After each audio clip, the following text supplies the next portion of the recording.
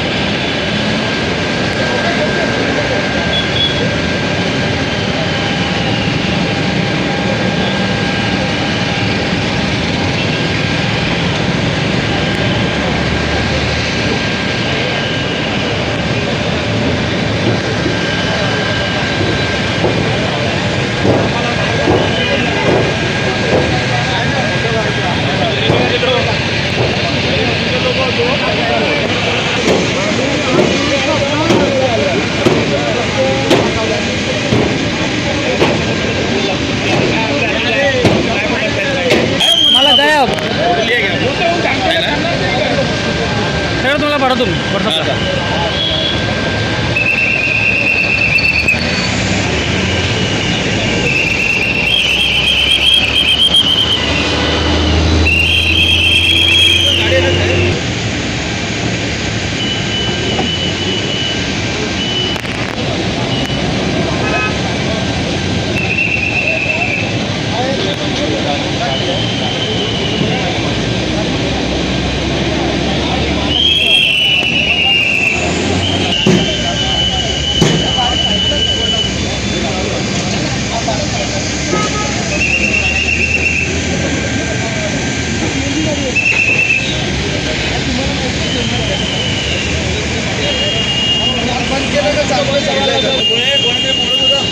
अरे तो करेल पण झालं केलं पण हां ऑफ केलं नसतं कधी कधी काय कोणतं